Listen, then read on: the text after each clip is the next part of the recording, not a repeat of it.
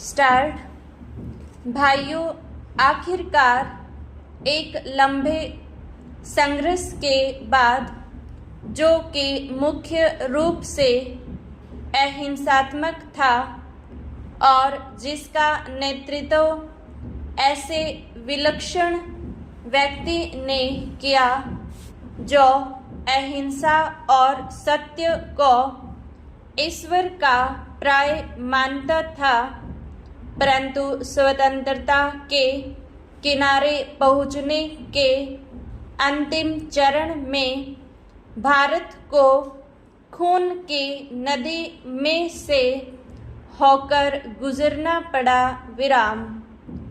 और यह नदी भारतीयों ने ही खोदी थी तथा इसमें भारतीयों का ही खून बह रहा था विराम। अभूतपूर्व पैमाने पर लोगों का निष्क्रमण हुआ विराम। पुरुषों, स्त्रियों, बच्चों, बूढ़ों, बीमारों समेत 1 करोड़ व्यक्ति जिनके शरीरों से खून चूकर भारत की भूमि तक को रंग रहा था, भारत के एक ओर से दूसरी ओर गए विराम। उन्होंने अपने पीछे न केवल मकान और जमीनें छोड़ी, बल्कि अपने घर के व्यक्तियों के मृत शरीर भी छोड़े विराम। स्वतंत्र भारत के किनारे तक पहुंचने के लिए देश को यह मूल्य चुकाना पड़ा और वह 2 प्रभुता संपन्न राष्ट्रों भारत और पाकिस्तान में विभाजित हो गया विराम। यह 15 अगस्त 1947 की बात है विराम। कांग्रेस ने जो वास्तविक रूप में 1885 से भारत की राष्ट्रीय वाणी थी, हमेशा भारत की एक राजनीतिक इकाई के रूप में संकल्पना की थी विराम। कांग्रेस को अंत में भारत का विभाजन स्वीकार करना पड़ा।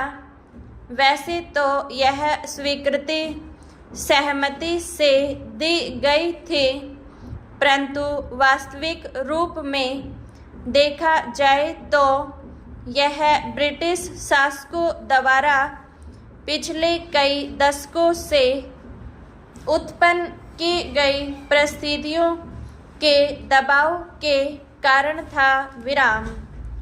फूट डालो और राज करो की नीति पहल अलीगढ़ मुस्लिम कॉलेज की स्थापना के साथ शुरू की गई विराम।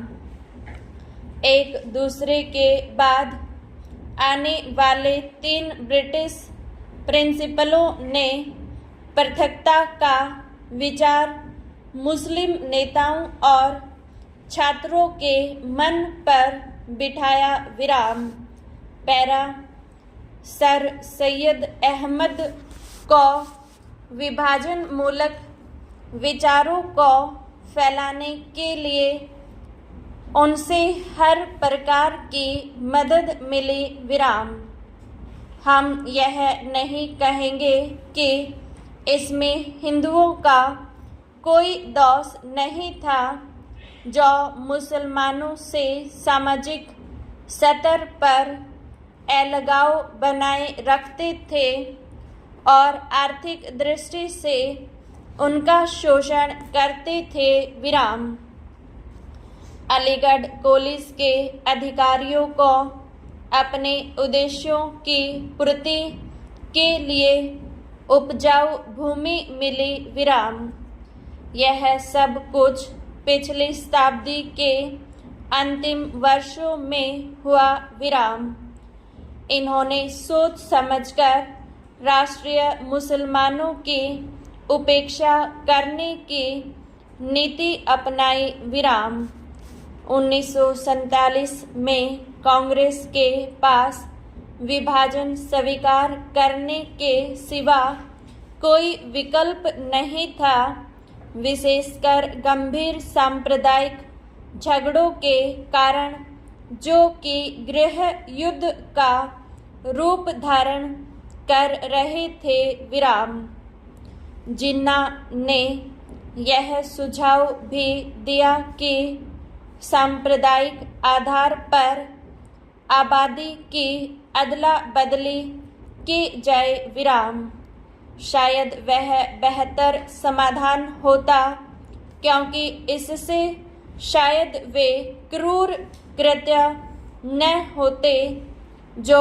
बहुत लंबे काल तक पड़ोस में रहने वालों के साथ उनके पड़ोसियों ने किए। विराम विभाजन को स्वीकार करते हुए कांग्रेस ने 15 जून 1947 को दिल्ली में एक प्रस्ताव पास किया, जिसमें अंतिम बार भारत की मूलभूत एकता का आग्रह किया गया था। विराम इसमें कहा गया था, पिछली 2 पीढ़ियों के श्रम और बलिदान को नहीं, बल्कि भारत का विस्तृत इतिहास और परंपरा भी इस मूलभूत एकता की साक्षी है। विराम